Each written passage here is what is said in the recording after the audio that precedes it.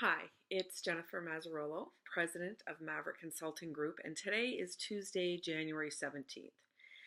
Given the time of year, I want to talk to you about year-end performance reviews. I know many of you had to burn your Christmas vacation writing out the reviews or documenting the reviews and getting the feedback organized from different stakeholders in the business. And I'm sure the candidates themselves are wondering over the holidays, am I going to get a bonus? What's the bonus going to be? I'm not sure whether I'm going to get a great review this year or not.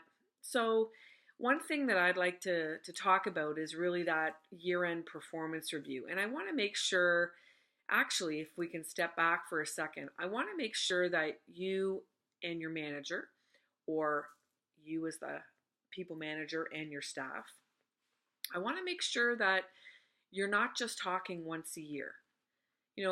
Feedback and people management, people leadership is a very, very important thing. And I think people fall short many times because they wait and accumulate all this feedback and wait till the year-end review to then give their staff sometimes critical review, critical performance review, and the staff is taken aback and it's a surprise. So I want to make sure that you're actually talking to each other more than once a year.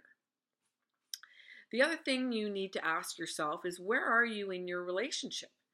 Yes, you might be the manager and they're the staff member, but also think about where you are in the relationship in terms of trust and respect.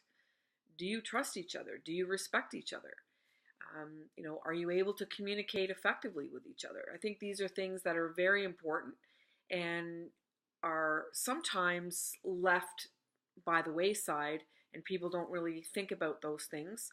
I think feedback, whether it's good or bad, but mostly when it's negative, people will certainly take that feedback and take it to heart much more than if there wasn't a genuine authenticity around the relationship. So I want to make sure that you do have trust and respect. The other thing, and I've written a few things down, is make sure you have clear expectations, clear goals, and you understand each person's role and responsibility. Make sure that you are giving clear motives for why the feedback is what it is. Make sure that you're making it about the behavior and not about the person and their personality. You do need to leave personal things at the door, and make sure that this is absolutely performance related on the job. Has nothing to do with whether you want to go have lunch with each other after the fact or have a coffee, but really you're evaluating them on the actual performance itself and the behaviors. The other thing I want to make sure of is that you're being very specific.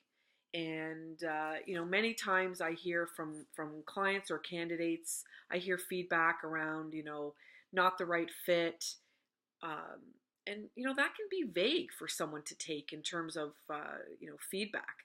Well, what do you mean by not the right fit? Am I not espousing the corporate values? Am I not living the corporate values?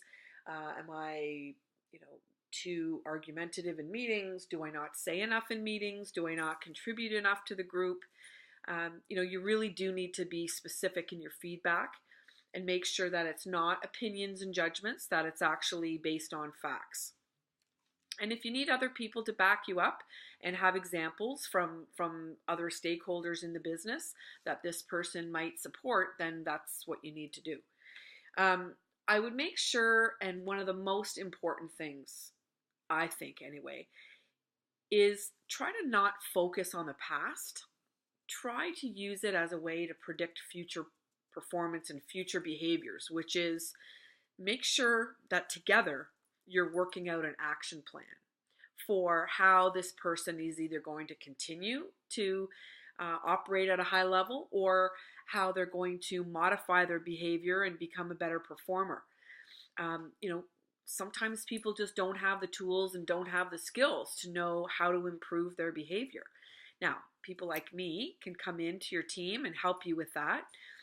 I can help you with the delivery of the feedback or the preparation of the feedback, the messaging, but I can also come in and help you work and get your team to be a high-performing team. I know everyone wants to have a great team. I know everyone wants to consider themselves a great manager, and people want to enjoy where they work, and they really want to enjoy who they're working for. So if you feel like you need some help in that regard on the process side, please do contact me. And also make sure you subscribe to the YouTube channel Maverick Consulting Group, because we do have almost a year under our belt of providing you Maverick Moments each week. And there may be some tips and tidbits in there that you would find valuable. So I've had great response so far, and I look forward to doing these every week for you for 2017. If you do have any topics you would like me to chat about and bring about in this weekly installment, please do let me know. Thanks.